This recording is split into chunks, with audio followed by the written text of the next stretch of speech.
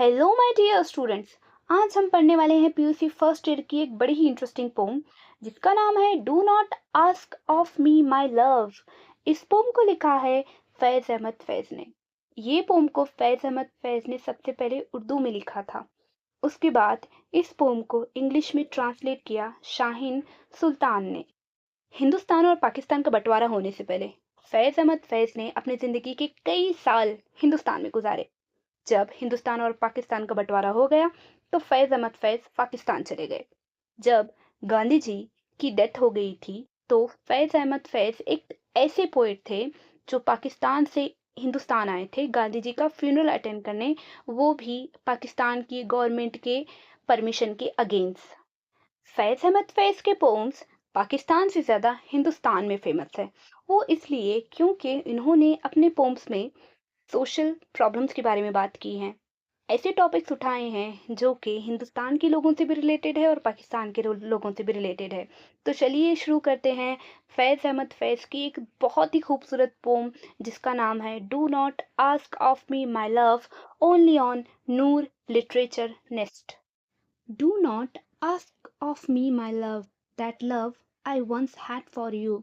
इन दो लाइनों में फैज़ अहमद फैज़ अपने बिलवेड से कह रहे हैं कि तुम मुझसे पहले की तरह प्यार मत मांगो, तुम मुझसे पहले की तरह मोहब्बत मत मांगो। मैं तुम्हें अब पहले की तरह प्यार नहीं दे सकता, मैं तुम्हें अब पहले की तरह मोहब्बत नहीं दे सकता जो मैं कभी तुमसे किया करता था। अब मैं तुमसे वैसी मोहब्बत वैसा प्यार नहीं करता। There was a time when life was a bright and young and blooming. दो लाइनों में फैज़ अहमद फैज़ कह रहे हैं कि वो भी एक वक्त था जब जिंदगी बहुत खूबसूरत थी, बहुत रंग बिरंगी थी, जवान थी और जिंदगी खिल रही थी। Your sorrow was much more than any other pain. इन दो लाइनों में फैज़ अहमद फैज़ अपनी बिलवेड से कह रहे हैं कि वो भी एक वक्त था जब मैं पूरी तरह तुम्हारे लिए पागल था। मुझे तुम्हारा दर्द अपना दर्द लगता था, मुझे तुम्हारा दुख अपना दुख लगता था, मुझे तुम्हारा दुख दर्द ही बहुत इम्पोर्टेंट लगता था। वो भी एक वक्त था। Your beauty gave the spring ever lasting youth. इस लाइन में फैज़ अहमद फैज़ अपने बिलवेड की ब्यूटी को स्प्रिंग के सीजन से कंपेयर कर रहे हैं। वो कह रहे हैं कि बिलवेड की ब्यूटी इतनी वाइब्रेंट थी कि वो स्प्रिंग के सीजन को खूबसूरत बना देती थी। बिलवेड की ब्यूटी की वजह से स्प्रिंग का सीजन हमेशा जवान रहता। Your eyes, yes, your eyes were everything, all else was vain. इन दो लाइनों में फैज़ अहमद फैज़ अपनी बिलवेड से कह रही हैं कि तुम्हारी आंखों की खूबसूरती मेरे लिए सब कुछ थी। मैं तुम्हारी आंखों में देखा करता था हमेशा। मुझे तुम्हारी आंखें ही इस दुनिया में सबसे ज़्यादा खूबसूरत लगा करती थी। तुम्हारी आंखों के अलावा सब कुछ बकवास लगा करता था मुझे। तुम्हारी आंखों की खूबसूरती के आगे सब कुछ बेकार था मेरे लिए।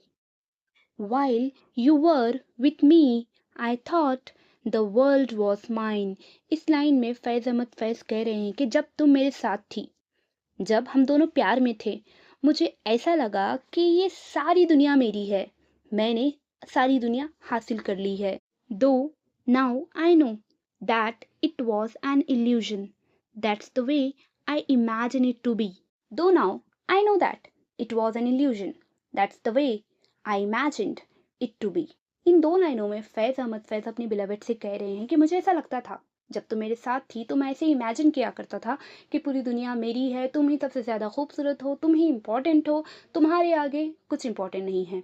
लेकिन अब मुझे ज़िंदगी का सच पता चल चुका है। जो भी हमारे बीच में ख्वाब थे, हमारे जज्बात थे, हमारा प्यार था और जो मैं सोचता था कि तुम ही मेरे लिए सब कुछ हो और तुम ही इस दुनिया में इम्पोर्टेंट हो और मैंने अपनी पूरी दुनिया हासिल कर ली है तुम्हारी वजह से, ये सब कुछ एक ख्वाब था। ये बिल्कुल भी हकीकत नहीं थी। हकीकत आज मेरे सामने है। For there are other sorrows in the world than love and other pleasures too. इन दो लाइनों में फैज़ अहमद फैज़ अपने बिलवेड से कह रहे हैं कि अब मुझे समझ आ चुका है, इस दुनिया में प्यार मोहब्बत के अलावा भी बहुत सारे गम हैं। इस दुनिया में प्यार मोहब्बत के अलावा भी और कई सुख हैं। Do not ask of me my love that love I once had for you। ये दो लाइनें रिपीट हुई हैं। इन 2 लाइनों में फैज़ अहमद फैज़ अपने बिलवड से कह रहे हैं कि मुझसे तुम पहले की तरह प्यार मोहब्बत मत मांगो जो मैं कभी तुमसे किया करता था। Woven in silk and satin and brocade. इस लाइन में Faiz Ahmad Faiz high class society को रेफर कर रहे हैं, जैसे कि ब्रिटिशर्स। उन लोगों ने पूरी दुनिया पर हुकूमत की। ये जो कपड़े हैं सिल्क सैटिन, ये हाई क्लास के लोग पहना करते थे, ब्रिटिशर्स पहना करते थे। और बोरोकेड का मतलब है सजा धजा हुआ, गोल्ड की लेस या फिर गोल्ड की तारों से कपड़े को सजाना। तो फैज़ अहमद फैज़ कह रहे हैं कि वो लोग जो सिल्क सैटिन जैसे महंगे कपड़े पहना करते थे और इनके कपड़े सजे धजे हुआ करते थे, इन्होंने इस दुनिया को बहुत अंधेरी की तरफ ढकेला है। Those dark and brutish curses of countless centuries. इस लाइन में Faiz Ahmad Faiz slavery, exploitation, injustice और कॉलोनियलिज्म के बारे में बात कर रहे हैं। वो कह रहे हैं कि ये जो हाई क्लास के लोग थे, स्पेशली ब्रिटिशर्स, वो हमारे देश को आए, हमारे लोगों पर हुकूमत की और हम लोगों को वार में, स्लेवरी में और इनजस्टिस में इन्वॉल्व किया और हमें पूरी तरह तहस नहस कर दिया। ये भी तो एक गम है जो मुझे देखना है। Bodies bathed in blood, simmered with dust. इस लाइन में फैज अहमद फैज कह रहे हैं कि कई सारे लोग जंग में मर गए, कई सारे लोगों की डेड बॉडी मिट्टी में मिल गई। इन लोगों की मदद के लिए कोई नहीं आया, मुझे इन लोगों की मदद करने के लिए जाना है। Sold from market place to market place.